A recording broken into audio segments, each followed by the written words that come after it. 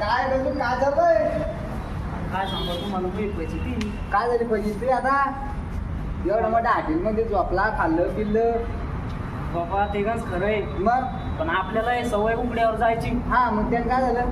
अहो जेवलो बिवलो मस्त हा गेलो बाथरूम मध्ये. हा अहो ते मस्त आपले कार्यक्रम झाला. हा अहो ते नळ चाली गेला. हा अहो ते धकलंवरून शॉवर. मग तू तेच समजत नव्हतं का तू याचं कोणतं नाव म्हणायचं कोणतं? अहो ते तर माहित नाही आपल्याला सवय उघड्यावर जायची. नाही ना म्हणलं झाली अगदी अहो सगळा वल्ला झालो मी. हो का?